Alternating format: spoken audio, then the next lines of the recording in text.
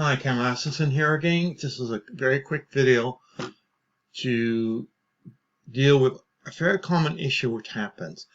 I was approached or sent an email today about somebody who the physician wants to give a antibiotic for what GI maps reports as being a high amount of E. coli. Also, for the same person, from actually the same time as the GI map's done, I have a 16 years microbiome sample, and the result is we should be asking the MD for the list of which antibiotics he would deem acceptable, and then we are going to pick which one we want to do, and the criteria for picking is the one based on the amount of knowledge which is available will have the greatest positive benefit to the person's microbiome.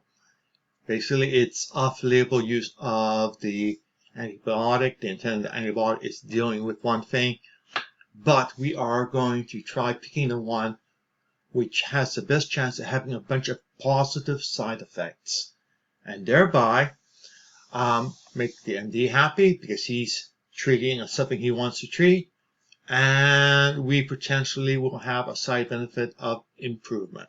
So let's take a look at it. And again, I'll be walking in using the example login. And we'll go to samples. And I labeled this one as Mr. 5 and see impact on there. Now, what we have is we have one already entered, which is one of the antibiotics for dealing with E. coli. 1 second. I don't know which antibiotics that MD would suggest. However, we do have a list of standard antibiotics for treating E. coli. So we have a whole list of them, and we can go through, and for each one of them, we can go and see what the impact is potentially of each one. So I'll be walking down this list of antibiotics as I go along, and let's see if we can make the screen a little bit better. And we're there. So on the left, I see one of the antibiotics, which is somewhere down the list. There it is. And we see its net benefit is 1. Let's go up to the top of the list. And the first one is doxycycline. So what I'm going to do is I'm going to copy this across, put it in here. I'm going to put a percentage at the sign because usually the antibiotics is a combination of words. And so we see with that one pick, I could unpick that one. I'm going to first search for doxycycline. We still have this one in. I'm going to uncheck that one, go down here, and check the antibiotic there, or actually since there are 2 entries there, which could be for many reasons, but both of them should be, so I'm going to do a update. And we see that we are now to a net benefit of 5. In other words, it will have a positive theoretical impact on the microbiome for all the agrobacterial shifts where the values are outside of the Kalthoff-Malthoff ranges.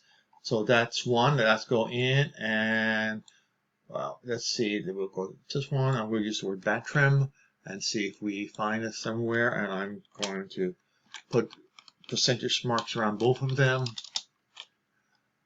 to make sure I find it.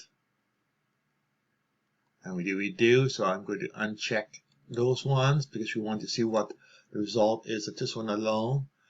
And again, we end up with a double entry. So I'm just going to do an update. And oops, we have a negative. That means it's going to make the microbiome shift worse than it currently is. In other words, you probably want to fight the MD on that one. Let's go down to the next one. And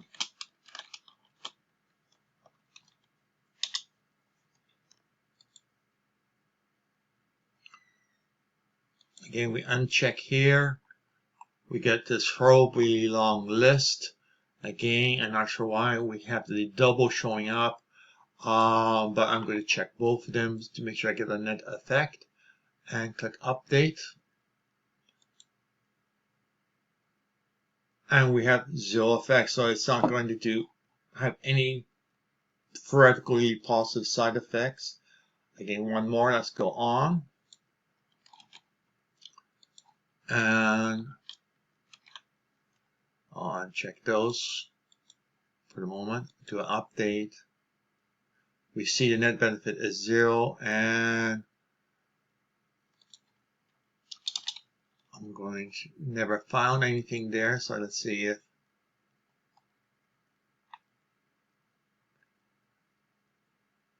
cryptoflaxin, which is what we had up above, so it's basically looks like this one is a variation of that one, so we're not going to bother to do it. So amoxicillin, let's see what it comes up with here. We have amoxicillin, and the multiple entries is not that much of a problem, although it indicates I have a bug I need to fix, or at least consolidate data. The reason some of them have duplicates is I enter data according to what my source is. So in this case, site difference of typing or naming was sufficient, and I do know how I do intend to consolidate, update. Oops, even worse, -3. Okay, let's go on to the next one and see how this one is doing.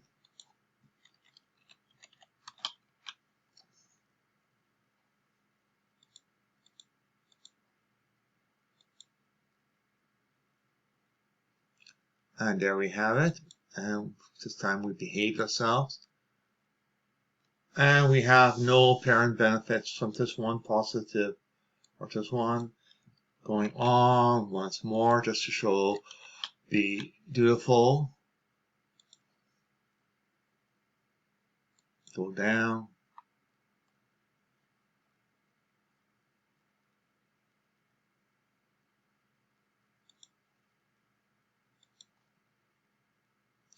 And those are the two matches. The other ones are too much of a variation there.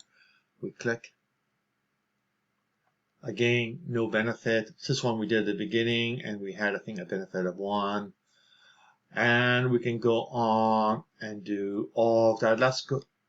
Okay, these last two are particular interest because they are very popular, especially in chronic fatigue syndrome area. And there we go. And I'll go and uncheck those two. See what its benefit is. -3. Oops. Another one. And let's do that one.